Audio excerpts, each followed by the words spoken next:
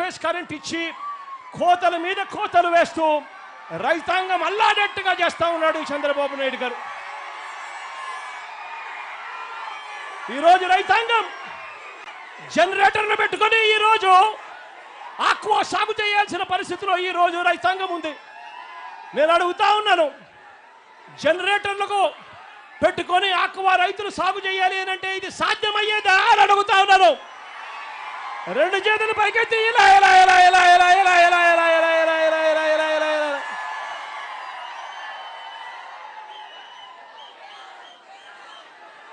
అదే మన హయాంలో రైతన్నలకు తోడుగా ఉండేట్టుగా సీడు, ఫీడు, నీటి నాణ్యత, వ్యాధి నిర్ధారణ వీటి అన్నింటి కోసం అని చెప్పి ఏకంగా 35 ఆక్వా ప్రాంతాలలో ఇంటిగ్రేటెడ్ ల్యాబులు మనం తీసుకొచ్చి పెట్టాం. అంతేకాకుండా ఏకంగా 782 ఆక్వా 782 ఆర్బీకేల పరిధిలో ఏకంగా ఫిషరీస్ అసిస్టెంట్లను అంటే ఫిషరీస్ డిగ్రీ పట్టభద్రులను తీసుకొని వచ్చి ఈ 782 ఆర్బీకేలలో వీళ్ళను నియామకం చేశాం. వీళ్ళ చేత, ఆ ఆర్బీకేల చేత, ఈ పట్టభద్రుల చేత, ఈ ఆక్వా ల్యాబుల చేత ప్రతి రైతాంగాన్ని చెయ్యి పట్టుకొని నడిపించే కార్యక్రమం చేశాం. మన హయాంలో ఏకంగా 120 రోజుల పాటు 150 రోజుల పాటు ఉండే సీడు ఈరోజు కేవలం 90 రోజులకు మించి బ్రతకని పరిస్థితిలోకి ఈరోజు ఆక్వా రంగంలో రైతన్న అల్లాడిపోతా ఉన్నాడు. ఈరోజు జబ్బులు పెరిగిపోయాయి.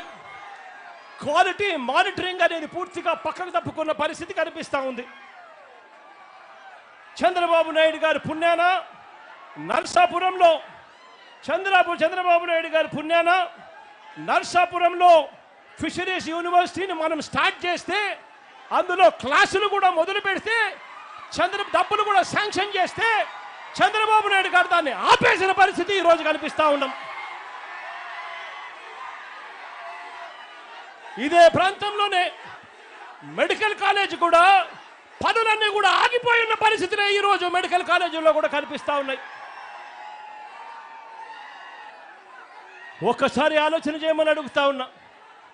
మనసున్న పాలకుడు ఉంటే, రైతాంగం పట్ల నిజమైన ప్రేమ చూపించే పాలకుడు ఉంటే, మన హయాంలో వైఎస్ఆర్సీపీ ప్రభుత్వ హయాంలో చేపలు రొయ్యల ప్రొడక్షన్, చేపలు రొయ్యల ఉత్పత్తులు చంద్రబాబు నాయుడు గారి హయాంలో 39 లక్షల టన్నులు ఉంటే వైఎస్ఆర్సీపీ ప్రభుత్వ హయాంలో అవి ఏకంగా 51 లక్షల టన్నులకు పెరిగాయని చెప్పి కూడా గర్వంగా కూడా చెప్పగలుగుతారు.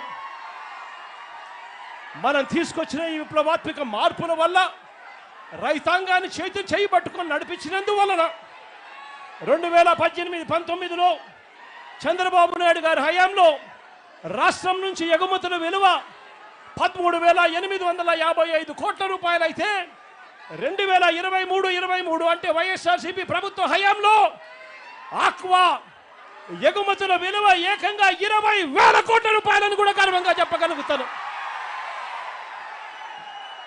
అంతేకాదు చంద్రబాబు నాయుడు గారి హయాంలో 86% ఉన్న యాంటీబయోటిక్స్ అవశేషాలు అంటే యాంటీబయోటిక్స్ అవశేషాలు చంద్రబాబు నాయుడు గారి హయాంలో 86% ఉంటే అదే వైఎస్ఆర్సీపీ ప్రభుత్వ హయాంలో దాన్ని ఏకంగా 20%లోపే తగ్గించామని చెప్పి కూడా గర్వంగా చెప్తా ఉన్నాం. ఇలా తగ్గించగలిగాం కాబట్టే ఎక్స్పోర్ట్స్ పెరిగాయి, తగ్గించగలిగాం కాబట్టే రైతాంగాన్ని చెయ్యి పట్టుకొని నడిపించగలిగాం కాబట్టే ఉత్పత్తి పెరిగింది.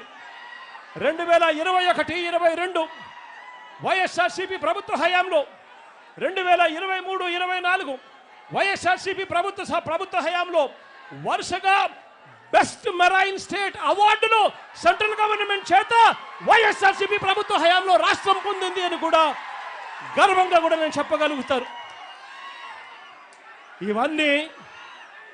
ఇవన్నీ మనసున్న ప్రభుత్వం మనసు పెట్టి చేస్తే రైతులను ఎలా ఆదుకోగలుగుతుంది, రైతులకు ఎలా తోడుగా నిలబడగలుగుతుంది, అని చెప్పడానికి ఈ రెండు ప్రభుత్వాల మధ్య తేడా కనిపించేట్టుగా మీ అందరికీ కూడా సవివరంగా వివరించడం జరిగింది. ఇవాళ ఈ సందర్భంగా మీ అందరికీ కూడా నేను ఒకటే హామీ ఇస్తా ఉన్నాను. మీ అందరికీ కూడా ఒకటే హామీ ఇస్తా ఉన్నాను. మీ కష్టాలు నాకు తెలుసు.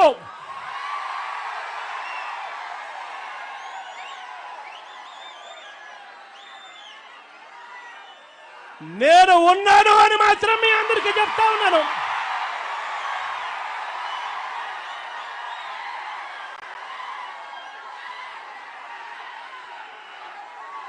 చూస్తూ చూస్తూ 2 సంవత్సరాలు దాటిపోయింది.